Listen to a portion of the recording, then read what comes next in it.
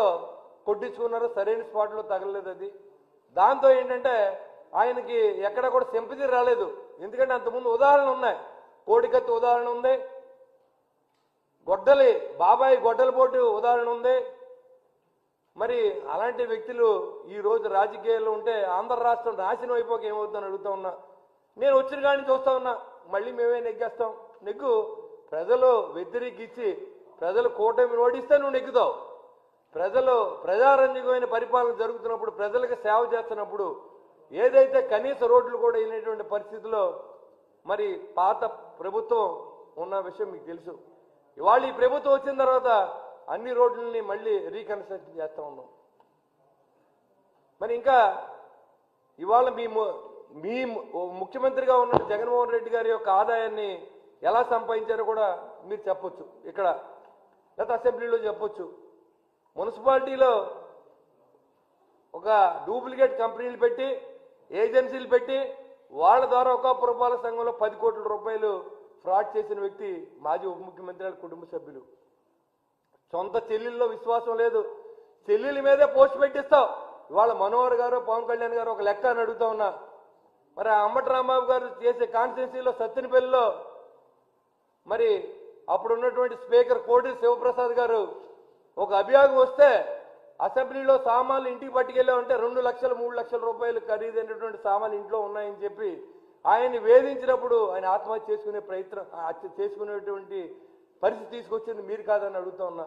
ఇదే జగన్మోహన్ రెడ్డి గారిని అడుగుతా ఉన్నాం, ఋషికొండలో ప్యాలెస్ ఎందుకు కట్టావు? 550 కోట్లతో కట్టవలసిన అవసరం ఏంటి?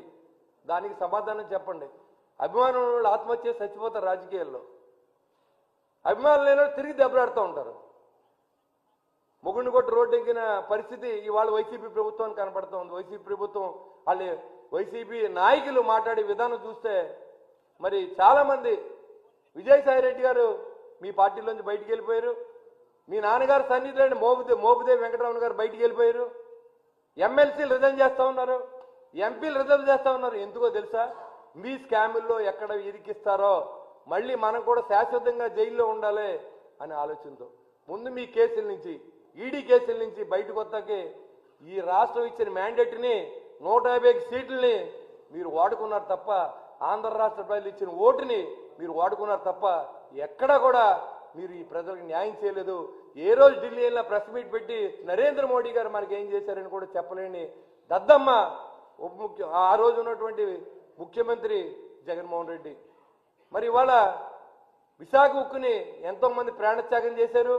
ఉమ్మడి రాష్ట్రంలో ఉండగా 32 మంది ప్రాణత్యాగం చేస్తే వాళ్ళ ఆ రోజు వచ్చిన విశాఖ ఉక్కును కూడా నిలబెట్టుకోలేనటువంటి దద్దమ్మ ప్రభుత్వం వైసీపీ ప్రభుత్వం. పోలవరం ప్రాజెక్టు సర్వనాశనం చేశారు. దానికి ఏం ఆన్సర్ చెప్తారు మీరు? ఏమీ మాట్లాడలేదు, ఏం చేశారో చెప్పుకోకుండా.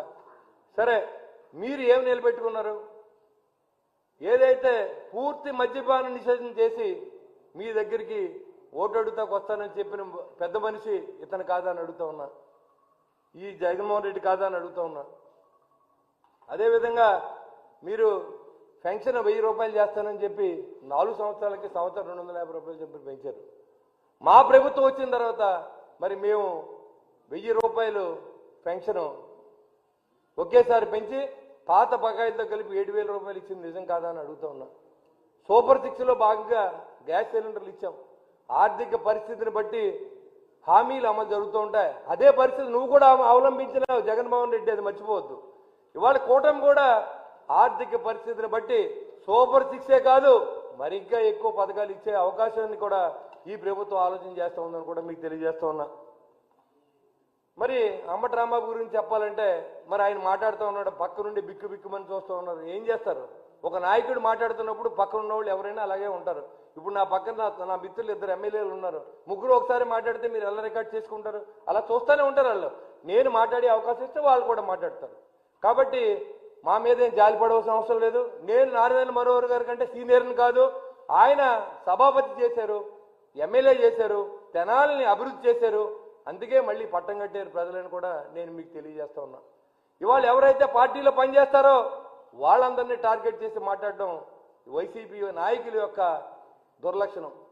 ఇవాళ ప్రజల కోసం, ఇవాళ రైతుల్ని చూసుకోండి. రైతు ప్రభుత్వాన్ని నమ్మి పరిస్థితి పాత రోజుల్లో లేదు. గత ప్రభుత్వంలో ధాన్యం తోలితే ఎప్పుడు డబ్బులు వస్తాయో తెలియదు, రైస్ మిల్ ఎప్పుడు దింపుకుంటాడో తెలియదు. రైస్ మిల్ వెళ్ళి ప్రతి లారీ దగ్గర 25,000 నుంచి 30,000 తీసుకునే సందర్భాన్ని నుంచి ఒక చోట ధాన్యం పండితే 50 కిలోమీటర్లు అవుతాడు, 100 కిలోమీటర్లు అవుతా తోలించిన ప్రభుత్వం ట్రాన్స్పోర్ట్ ఛార్జీలు కూడా దోపిడీ చేశారు. మరి దానికి వాళ్ళ భిన్నంగా ఈ ప్రభుత్వం వచ్చిన తర్వాత వచ్చేది నీరెస్ట్, ఏదైతే నీరెస్ట్ పాయింట్ ఉందో మీకు నచ్చిన మిల్లుకి మీరు తోలుకోండి. రైతుకి 48 గంటల లోపు మరి డబ్బులు వేసిన ప్రభుత్వం కూటమి ప్రభుత్వం. గౌరవ చంద్రబాబు నాయుడు గారు కానీ, లోకేష్ గారు కానీ, మనోహర్ గారు కానీ, పవన్ కళ్యాణ్ గారు కానీ వీళ్ళందరూ ప్రజల కోసమే పనిచేస్తూ ఉన్నారని చెప్పి మరి నేను మీకు తెలియజేస్తా ఉన్నా. మీరు ఏదైనా ఉంటే సభకు వచ్చి మాట్లాడొచ్చు, తప్పు లేదు. ఎమ్మెల్యే అయ్యారు కాబట్టి మీకు అధికారాన్ని ప్రజలు ఇచ్చారు. ఎవరైతే మనకి అధికారం ఇచ్చారో వాళ్ళకి సేవ చేయవలసిన బాధ్యత మన మీద ఉంది. నేను ఒకటే అడుగుతా ఉన్నా, నేను మొన్న కూడా చెప్పాను మీడియాకి, నేను ఒక ఎమ్మెల్యేగా ఉన్నాను తాడేపల్లికి. నేను వచ్చిన తర్వాత ఎన్ని కోట్లు అభివృద్ధి చేశాను నేను చెప్తాను. పులివెందుల ఎమ్మెల్యేగా ఉన్న మీరు మాజీ ముఖ్యమంత్రి గారు జగన్మోహన్ రెడ్డి గారు వచ్చి మీరు ఏం పని చేశారో, మీ ప్రజలకు కోరిక ఏం తెచ్చారో చెప్పవలసిందిగా నేను డిమాండ్ చేస్తా ఉన్నా. మీరు చేతగాని తనాన్ని, మీకు ఇచ్చిన మ్యాండేట్ను కూడా మీరు గెలిపిస్తే మీరు అది కూడా చేయలేని పరిస్థితుల్లో ఉండి చేసి ప్రభుత్వం మీద బురదల్లి కార్యక్రమం మానుకుంటే మంచిదని కూడా నేను తెలియజేస్తా ఉన్నా. సరే, సత్తెనపల్లిలో మీరు ఒక వృందా డిగ్రీ కాలేజీ అని చెప్పి మీ యొక్క స్నేహితులతో పెట్టించి దాంట్లో మాస్ కాపీయింగ్ చేయించి విద్యార్థులకు డబ్బులు వసూలు చేసి మరి ఆ కాలేజీ మీ అధికారం పోయిన తర్వాత మూసేసి తల్లిదండ్రులు డబ్బులు ఇవ్వలేక కాలేజీ ఎత్తి ప్రయత్నం చేస్తాం, నిజం కాదని అడుగుతూ ఉన్నా. మరి ఆ కాలేజీ గురించి మీరు ఏం చెప్తారు రాంబాబు గారు అని కూడా నేను అడుగుతూ ఉన్నా. ఆ కాలేజీ ఎవరిది?